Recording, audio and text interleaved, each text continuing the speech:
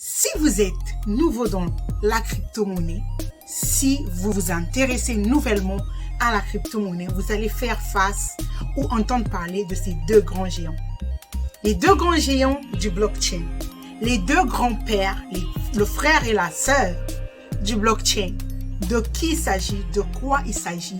Il s'agit du Bitcoin et de l'Ethereum. Mais quelle est la différence entre les deux? Dans quoi est-ce qu'il faut investir? Dans quoi il ne faut pas investir? Est-ce qu'il y a une préférence entre les deux? S'il y avait une préférence, quelle est donc cette préférence? Qu'est-ce qu'il faut donc choisir? Si tu veux en savoir davantage, reste avec moi jusqu'à la fin de cette vidéo. Et surtout, n'hésite pas de t'abonner pour en savoir davantage sur la crypto-monnaie, sur le digital, sur le e-commerce, sur comment faire travailler l'argent pour toi, comment créer une richesse générationnelle et surtout comment être un canal de bénédiction pour plusieurs. On se dit à tout à l'heure.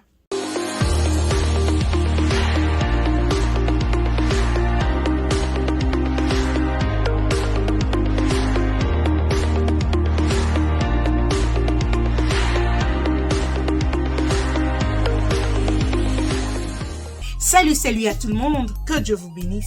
Ici Goutley du Poitiers, entrepreneur, e-commerçante, investisseur, coach certifié et écrivaine. C'est toujours un honneur, un plaisir pour moi de me retrouver face à vous. Pour celles qui ne me connaissent pas, qui me retrouvent pour la première fois, c'est pour moi une passion. C'est une passion pour moi le business digital. C'est une passion pour moi de former les autres avec ce que je connais. C'est une passion pour moi d'aider les autres aussi à monter parce que je crois que toi, tu es une marque déposée. Je crois que tu peux non seulement créer ta propre marque, mais aussi faire de ton nom, faire de toi-même une marque déposée. De façon que lorsqu'on parle de toi, on parle de toi avec respect et avec dignité. Oui, parce que c'est possible. Ton histoire, c'est ton game change en fait.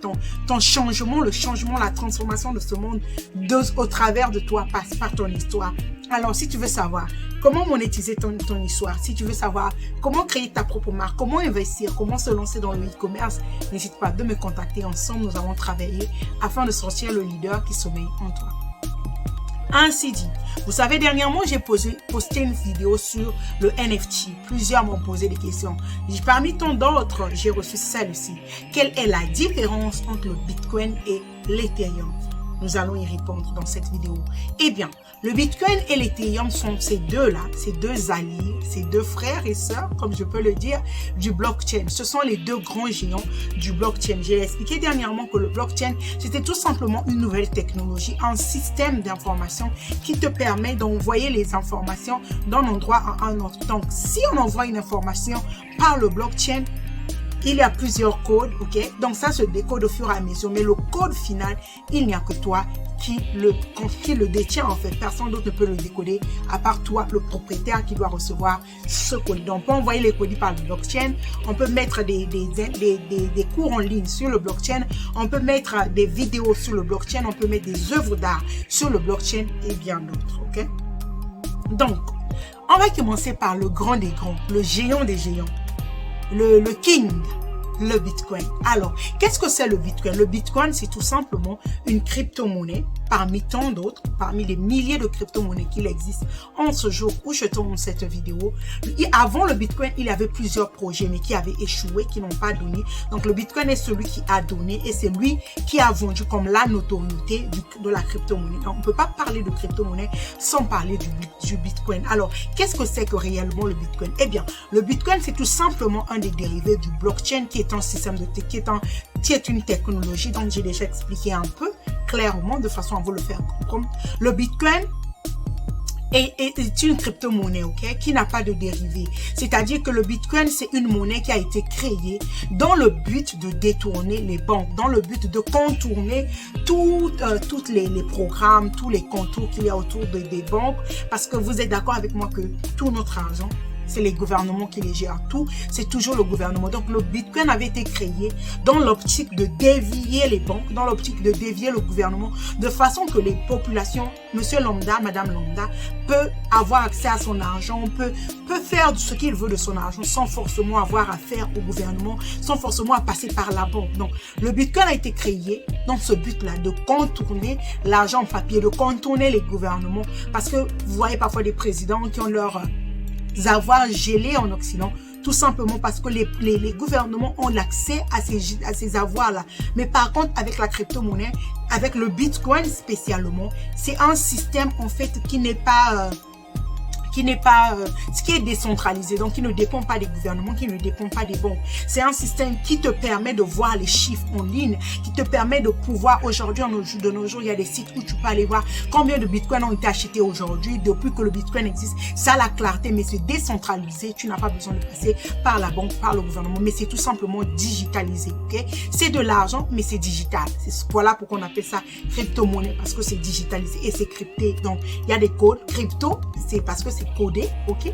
C'est codé, mais tu peux avoir accès à ça. Tu as un compte en Bitcoin, donc toi seul as accès. Personne d'autre ne peut rentrer dedans tant qu'il n'a pas tes accès.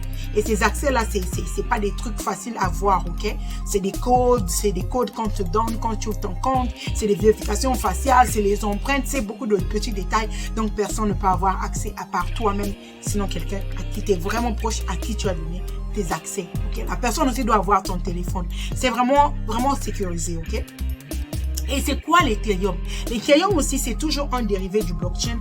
Par contre, lui, il a été créé dans le but de permettre à tout le monde, à monsieur et madame Lambda, de créer les access informatisé numérique sur le blockchain. Je vais m'expliquer. Le Bitcoin, lui, il n'a pas de petit frère, il n'a pas de grand frère, il est seul. Dans sa lignée, il est seul. Il est là-bas seul, il n'a pas de frère, il n'a pas de sœur, il est seul. Par contre, l'Ethereum, lui, il a des frères, il a des sœurs, il a des cousins, des cousines qui sont sortis de lui. Donc, du Bitcoin est sorti de plusieurs dérivés comme le Ripple, le Cardano et bien d'autres, ok, qui sont les dérivés de l'Ethereum, pardon.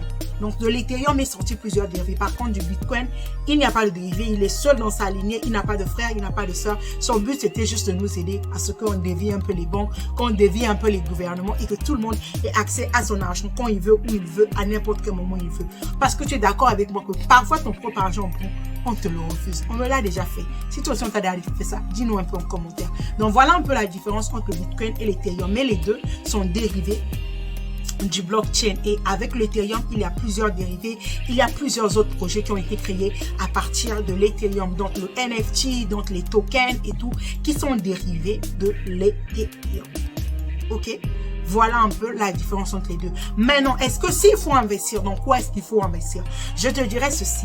Je vous ferai une autre vidéo où je vous parlerai de quoi doit être composé un portfolio. Ok?